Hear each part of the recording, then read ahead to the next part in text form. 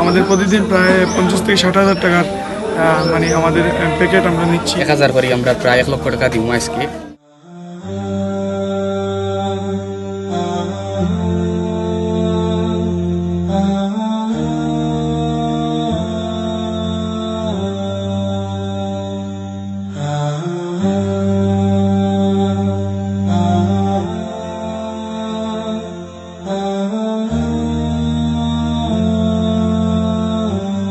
পরিবর্তনের উদ্যোগে বিয়ানীবাজার উপজেলার তিরপাড়া ইউনিয়নের প্রত্যন্ত অঞ্চল কালাইম নাসিরপুর বিলপার এলাকায় 100টি বানবাসী পরিবারকে খাদ্য সামগ্রী প্রদান করা হয়। মঙ্গলবার নৌকা যুগে বানবাসী মানুষদের ঘরে ঘরে খাদ্য সামগ্রী পৌঁছে দেন পরিবর্তনের দায়িত্বশীলরা।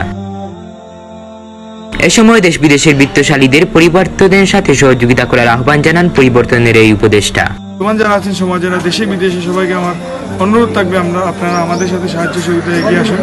আমাদের প্রতিদিন প্রায় 50 থেকে 60,000 টাকার মানে আমাদের প্যাকেট আমরা নিচ্ছি।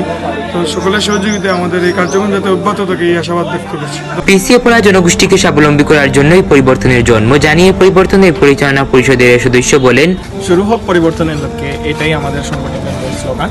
আমরা সমাজের পিছিয়ে পড়া জনগোষ্ঠীকে স্বাবলম্বী করার উদ্দেশ্যে আমাদের এই চ্যারিটির জন্মলগ্ন থেকে আমরা চেষ্টা করে যাচ্ছি বিয়ানীবাজারের প্রত্যন্ত অঞ্চলে, শুধু বিয়ানীবাজার না, বিয়ানীবাজার গোলাপগঞ্জের প্রত্যন্ত অঞ্চলে যে জায়গাগুলোতে আসলে গতানুগতিক ধারার যেগুলা জনসেবা বলেন, সামাজিক কাজ বলেন, যেগুলো হয় না, সেই জায়গাগুলোতে আমরা চেষ্টা করি আমাদের সংগঠনের মাধ্যমে কাজগুলো বাস্তবায়ন করার।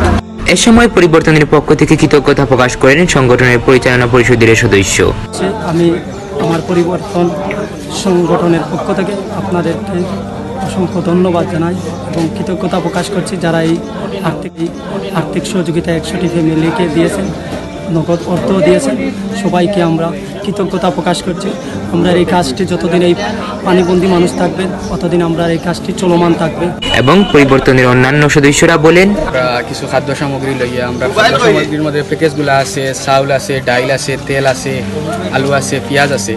নগদ সাথে 100টা প্যাকেট আছে। প্যাকেটের লগে 1000 করে আমরা প্রায় 1 লক্ষ টাকা দিব আজকে।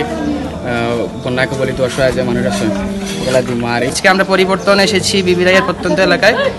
আর ভবিষ্যতে আমরা আমাদের এই প্রজেক্টটি চালু রাখবো যতদিন বন্যা পরিস্থিতি আছে। আপনারা সবাই দেশ বিদেশ থেকে সহযোগিতার ছায়া আমাদের উপর রাখবেন।